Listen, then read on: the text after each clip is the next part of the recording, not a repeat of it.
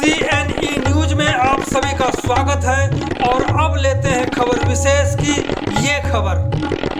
आज चंडीगढ़ नगर निगम हाउस की बैठक में गौशाला के नाम पर चल रहे खेला होवे को डिप्टी मेयर तरुणा मेहता के प्रयास से MOH का खेल खत्म हो गया। कमिश्नर ने सख्त संज्ञान लेते हुए MOH से साफ कर दिया कि ऐसा नहीं चलेगा। साथ ही सॉलिड वेस्ट मैनेजमेंट पर भी कई गंभीर सवाल उठाए, लापरवाही का भी आरोप लगाए। आपको बता दें कि हाउस में बहस इतनी तीखी हुई कि अंततः नगर निगम कमिश्नर ने दखल देते हुए तुरंत प्रभाव से गौशाला के एजेंडे को रद्द करने का फैसला सुना दिया। बैठक में अन्य पार्षदों ने भी तरुणा मेहता का समर्थन किया। तो सुनते हैं डिप्टी मेयर तरुणा मेहता ने CNE न्यूज से बात करते हुए क्या कहा।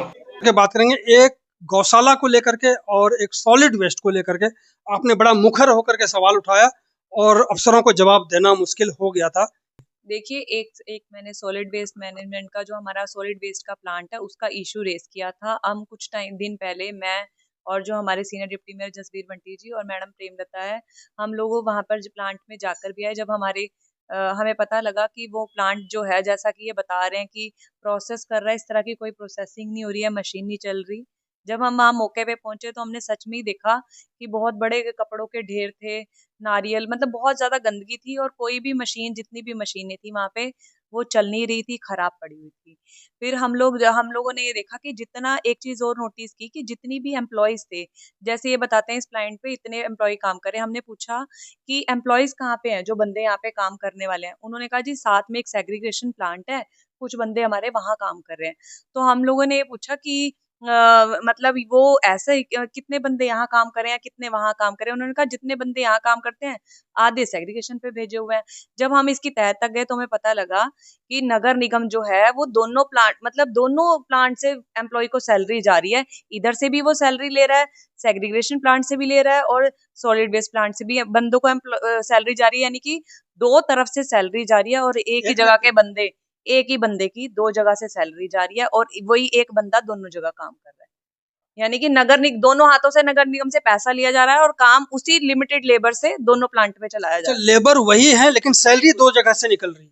बिल्कुल, सैलरी में डुप्लीकेसी हो रही थी। अगर 80 बंदे काम कर रहे हैं, 80 बंदे इस प्लांट, मान लो 80 बंदे इस प्लांट पे काम कर रहे हैं, वो 80 बंदे भी इस प्लांट से सैलरी ले रहे हैं, प्लस वहां पे जितनी लेबर दिखाई जा रही है वो भी सैलरी कॉर्पोरेशन दे रही है। वो 80 बंदे उसी के पास वो सैलरी जा रही है या वो सैलरी और भी कहीं जा रही है? जो नगर निगम तो नगर निगम तो इसी को दे रहा है ना, कॉन्ट्रैक्टर को दे रहा है। और आप ये देख रहे होंगे उन एम्प्लॉय के 4-4 महीने हो गए, 5-5 महीने हो गए, उनको सैलरी नहीं मिल रही, जबकि कॉर्पोरेशन उसको जो जवाब क्या मिला फिर हाउस में? हम लोगों ने इस पे ये सवाल ये रखा कि जब ये 2-2.5-3 साल पहले ये प्लांट बिल्कुल बंद हालात में था, कॉर्पोरेशन ने इस पे 2 करोड़ 15 लाख रुपए इस पे लगाए, करोड़ों रुपए लगा के इसको चालू हालात में करके दिया। उसके बाद नगर निगम हर महीने इस कंपनी को, OS टेक्नो कंपनी है, इस कंपनी को 9-10 लाख रुपए ऑपरेशन मेंटेनेंस के दे रही है। उसके बावजूद उसके अलावा वो उसको बोलते हैं क्लॉथ कटिंग श्रेडर, वो अपने पैसों अपने खर्चे पे लगा के दिया। इतना कुछ देने के बावजूद प्लांट भी चालू करके दिया, वो श्रेडर भी लगा के दिया और हर महीने ऑपरेशन मेंटेनेंस के भी दिए। उसके बावजूद जो मशीनें थी वो बंद पड़ी थी, प्रोसेसिंग हो नहीं रही थी, कपड़ों के ढेर लगे हुए थे। तो हम लोगों ने इस बात का जब जवाब मांगा और हमें ये बताया गया, हमारी जानकारी में भी आया कि कल 1-2 दिन के अंदर इन्होंने वहां पे थोड़ी बहुती जो रिपेयर कहते हैं शुरू की। तो हम लोगों ने ये बात रखी, कहीं ऐसा ना हो कि आप तार जोड़ दो, छोटी मोटी वेल्ड कर दो और उसको रिपेयर करके कहो कि रिपेयरिंग शुरू हो गई है, रिपेयर का काम। हम जब वहां गए तो हमने उनको बोला कि ये मशीनें चलती भी हैं। उन्होंने हमारे सामने हमें दिखाने के लिए जैसी ऑन की, साथ ही स्पार्किंग होगी, साथ ही एक जैसे ब्लास्ट टाका सा बोलते हैं, ऐसे ऐसे हुआ। तो मतलब कहने का मतलब ये है कि चीजें जैसी दिखाई जाती हैं, जैसी बताई जा रही है, ऐसा हो नहीं। लेकिन जवाब क्या मिला हाउस से ये हमें कोई जवाब नहीं दिया उन्होंने। हम लोग जवाब मांगते रहे, उनके पास जवाब अगर होता तो वो ब्रेक ना लेते, ब्रेक लेके चले गए। हम लोग वेल में भी बैठे, हम लोगों ने पूरा विरोध किया, हम लोगों ने डिमांड भी रखी, अगर आप क्यों फेवर कर रहे हो उस कॉन्ट्रैक्टर की, अब वो गलत है उस पर रिकवरी को पेनल्टी लगाओ, ब्लैक लिस्ट करो उसे। इतने सारे हमारे पास हक हैं, हमारे पास इतने सारे राइट राइट है, हम क्यों नहीं उसको ब्लैक लिस्ट करते? वो गड़बड़ अगर वो कर रहा है, अगर हम लोग गलती कॉन्ट्रैक्टर की, हम लोग इन्वॉल्व नहीं है, अगर ऑफिसर्स इन्वॉल्व नहीं है, तो क्यों नहीं करते उसको ब्लैक लिस्ट? बिल्कुल, कॉन्ट्रैक्टर को ब्लैक लिस्ट क्यों नहीं करते? अब हम गौशाला की बात करेंगे। मैडम, ये क्या मसला था और अंततः कमिश्नर साहब ने फैसला लिया? हमें लगता है कि आप जो चाह रहे थे वही हुआ। बिल्कुल, गौशाला का ऐसे था, एक गौशाला का एजेंडा लेकर आए। इन्होंने ईओआई कॉल की थी। हम लोगों ने ये पूछा है कि आप ये 3 तरह की गौशाला लेके आए हो, जिसमें इन्होंने ईओआई कॉल की थी। जिसमें मलोया की गौशाला थी, रायपुर कलां की थी, 45 सेक्टर वाली थी, 4 गौशाला थी और एक 25 सेक्टर वाली गौशाला थी। चारों के लिए ईओआई कॉल की। हम लोगों के पास जब एजेंडा आया, हमने देखा कि 2 गौशाला 45 वाली और 25 वाली तो फ्री ऑफ कॉस्ट पे ले लिया उसने, ईओआई में आ गई। तीसरी वाली जो आई है गो सेवा समिति है, उसको 50 रुपए पर कैटल पर डे देने को ये एजेंडा लेके आए हैं। मैंने कहा भाई ये ऐसा डिफरेंस क्यों कि 2 तो फ्री ऑफ कॉस्ट करने के लिए तैयार है, इसको हम 50 रुपए करने के लिए क्यों तैयार है? फिर हमारी जानकारी में था कि जब इसे पहले मलोया वाली को एक शिरडी साई समिति थी, वो इसको रन करती थी। वो 30 रुपए पर कैटल पर डे पर कैटल उसने उसको कॉर्पोरेशन पे करती थी। तो उन लोगों ने एक वे बात रखी, 2023 तक उन लोगों ने चलाया। उसके बाद उन्होंने उन्होंने डिमांड की कि हमें इसका रेट है जो बढ़ाया जाए, 75 रुपए पर डे पर कैटल किया जाए, जो कि कॉर्पोरेशन ने मना कर दिया, जिस कारण वो छोड़ के चले गए। उसके बाद ही साथ ही जो 45 वाली गौशाला है, इन लोगों ने अप्लाई किया कि हम लोग अगर ये 30 रुपए में ही छोड़ के चले गया, हम लोग सेम रेट पे करने के लिए तैयार हैं। वो लगातार अप्लाई करता रहा, जो हमारी जानकारी में आया। तो कॉर्पोरेशन की बस एक बार डिमांड थी कि अगर कर लेना है तो फ्री ऑफ कॉस्ट, हम 30 रुपए पे नहीं देंगे। तो आज जब हम अचानक से जब ये एजेंडा हमारे सामने आया कि ये तो 50 रुपए देने को, उसको हम 30 रुपए नहीं देने को राजी थे, इसको हम 50 रुपए देने के लिए राजी हो गए। तो हमने यही वाला जब सवाल उठाया, तो हमने कहा भाई जब आपके पास आप अब बचाने की बात कर रहे हो, आप कह रहे हो कि कॉर्पोरेशन का जो एक्सपेंडिचर है, अगर पर डे पर कैटल का कर ये 50 रुपए दिया जाता है, तो 1,09,00,000 रुपए इन्होंने कहा है कि एक्सपेंडिचर होगा कॉर्पोरेशन का। ये अगर कॉर्पोरेशन खुद रन करती है तो ज्यादा खर्चा आता है, 50 रुपए में देंगे तो खर्चा हमारा कम होगा और इतना एक्सपेंडिचर होगा। तो हमने कहा अगर इससे कम वाला आपके पास बंदा आ रहा है तो आप उसको क्यों नहीं कंसीडर कर रहे? हम लोगों ने 2 सवाल किए कि जब आप इसमें एक क्लोज थी, जिस क्लोज में इन्होंने कहा था, ये क्लोज मैं आपको दिखाना चाहूंगी, एक क्लोज डली हुई थी इसमें, जिसमें ये क्लोज थी कि any applicant can apply for only 1 गौशाला। ये क्लोज थी। मैंने ये सवाल किया कि ईओआई कितनी बार कॉल की गई? तो वहां से जो भी ऑफिसर था उनका मुझे रिप्लाई आया कि 2 बार हमने कॉल की ईओआई। तो पहले वाले में ये 2 कंपनी आई, जब तीसरी वाली हमने दूसरी बार कॉल किया तो ये तीसरी कंपनी आई।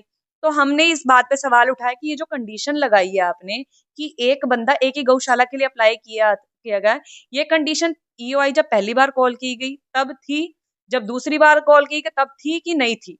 तो हमें यहाँ पे ही जो सारा सारी पिक्चर क्लियर होगी वो इसी क्लोज पे क्लियर होगी कि जब पहली बार इन्होंने कॉल की तब तो ये कंडीशन लगा दी ताकि जो लेना चाह रही है कम रेट पे वो ना आ सके।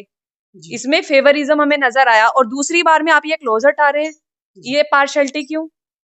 तो हम लोगों ने ये डिमांड रखी कि ट्रांसपेरेंसी होनी चाहिए। इस तरह से आप डायरेक्ट फेवरिज्म नहीं कर सकते। अगर हम वाकई में चाहते हो कि कॉर्पोरेशन को बचे, कॉर्पोरेशन को फायदा हो, तो आप 30 वाली को कंसिडर करो जो 30 रुपए लेने के लिए बिल्कुल, हमें लगा कि एमओएच जिस तरह से आपने सवाल किया, एमओएच कुछ और ही जवाब देने की कोशिश में थी, लेकिन थोड़ी सी कड़ाई से जब बात कमिश्नर साहब ने बात करी तो फिर कुछ दूसरी बात आई। और फिर क्या हसर हुआ ये भी बता दें इससे देखिए, रिलेटेड। कमिश्नर सर ने इसी क्लोज के ऊपर जो एजेंडा रिजेक्ट कर दिया, क्योंकि उनको लगा कि जो चीज हम इसमें फर्स्ट में कर रहे थे वही कंडीशन हमने सेकंड में कैसे हटा दी? सेकंड फर्स्ट में दो एनजीओ फ्री ऑफ कॉस्ट ले गई क्योंकि ये क्लोज रखी थी। अगर हम लोग ये कंडीशन हटा देते, ये कंडीशन पहली वाली में हटा देते, तो हमारी को दूसरी ईओआई कॉल करने की जरूरत ही ना पड़ती। जो पुरानी रन कर रही हैं वो एक्सपीरियंस्ड भी थी, उनको तजुर्बा भी है, कॉर्पोरेशन के साथ उन्होंने आगे चला भी रही है, कॉर्पोरेशन ने उनका काम भी देखा है। तो कम रेट पे आज ये 50 पे कह रहे तो 40 पे भी लेने को तैयार होती वो एक्सपीरियंस्ड। तो ये एमओएच मैडम ये कम वाले को क्यों नहीं चाह रही थी? क्या है इसमें? देखिए, हम इसके बारे में कुछ नहीं कह सकते। हमारे टेबल पे 2 तरह की रिक्वेस्ट आई। वही तो लॉजिक होगा, तभी 50 वाले को दिया होगा उन्होंने। देखिए, हमारा भी ये सवाल था। हम लोगों के टेबल पे 2 तरह के एजेंडे आए। एक ये एजेंडा है जिसमें 2 फ्री ऑफ कॉस्ट थी, एक को ये 50 रुपए देने की बात कर रहे थे। दूसरा एजेंडा आप एक रिक्वेस्ट और हमारे पास आई सेम वही जो इतने सालों से इनको 30 रुपए में मांगने को तैयार है। जब हमने देखा ये एक देने के लिए, यहाँ हम 50 रुपए देने को तैयार है। दो एजेंडे हमारे सामने पड़े थे जिसमें वो 30 रुपए लेने को तैयार थी। तो 30 रुपए जो अगर 30 रुपए में लेते, अब ये बात कर रहे हैं कि हमारा एक्सपेंडिचर जो है 1 करोड़ 9 लाख जो भी है, इतना एक्सपेंडिचर आएगा। अगर 50 रुपए की जगह अगर 30 रुपए हो तो हमारा जो खर्चा है वो 60 लाख होगा, 1 करोड़ की जगह। तो सीधा ही सीधा कॉर्पोरेशन को 50 लाख की बचत होगी। 50 लाख की बचत होगी, यानी कि 30 वाले को काम जो कि 30 रुपये पर गाय पर डे पर कैटल, पर डे पर कैटल जो खर्च है उनको काम नहीं दे करके 50 रुपये पर डे पर कैटल वाले को काम मिल रहा है, जिसका विरोध डिप्टी मेयर तरुणा मेहता ने किया और अंततः संज्ञान लेते हुए कमिश्नर ने इस एजेंडे को ही रिजेक्ट किया। जी, और उन्होंने कमिश्नर सर ने एक चीज और की कि शॉर्ट ईओआई दोबारा से कॉल की जाए इस गौशाला के लिए। 2 हमारी जो है फ्री ऑफ कॉस्ट ली है वो एजेंडा पास कर दिया गया। जो मलोया वाली थी और जो रायपुर कला वाली थी उसके लिए दोबारा से शॉर्ट ईओआई कॉल की जाएगी। तो कुल मिला के खाता ना बही, जो एमओएच कहे वही सही, या जो नगर निगम के जो अफसर है वो कहे वही सही। बहुत बहुत धन्यवाद। थैंक यू जी। CNE न्यूज के साथ बने रहने के लिए आप सभी का बहुत बहुत धन्यवाद।